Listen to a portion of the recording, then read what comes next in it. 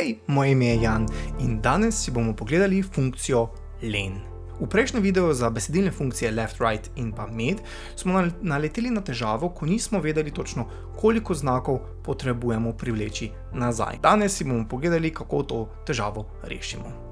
Pa si kar odprimo datoteko in se postavimo v celico B3. V tej celici bomo izračunali, koliko znakov ima celica A3. Seveda bomo uporabili funkcijo len. Napišemo torej je enako len, tabulator, da potrdimo.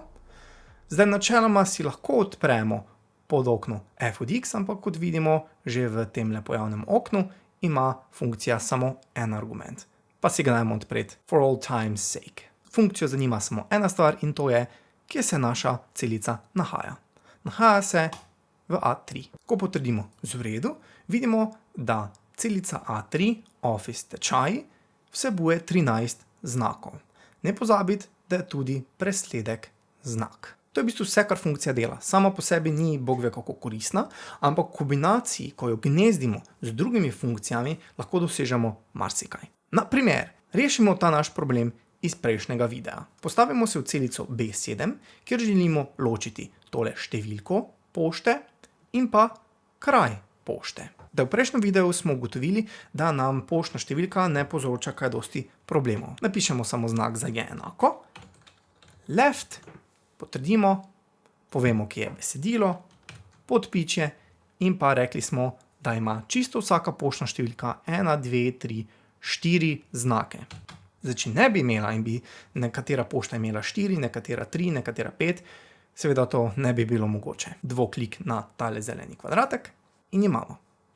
Zdaj pa razmislimo malo o kraju. V prvem primeru moramo potegniti iz desne 1, 2, 3, 4, 5, 6, 7 znakov, v primeru Ljubljane 9, v primeru Slivnice pri Mariboru pa še več. Zdaj, kaj imajo vsi ti zapisi skupnega?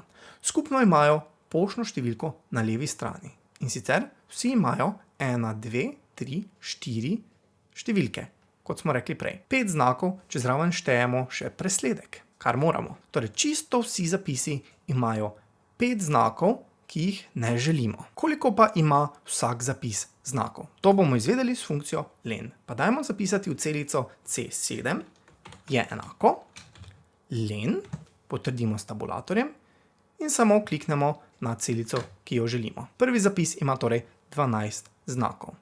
Zdaj, če od te 12 odštejemo teh 1, 2, 3, 4, 5 znakov, dobimo koliko je tale minus 5, dobimo 7 znakov. Točno toliko, kot jih ima Maribor. Torej, kako bomo rešili našo zagato? Excelu bomo povedali, da naj iz desne vzame toliko znakov, kot jih je v celi besedi, minus ta prvi del, minus 5. Zbrišimo torej ta naša izračuna.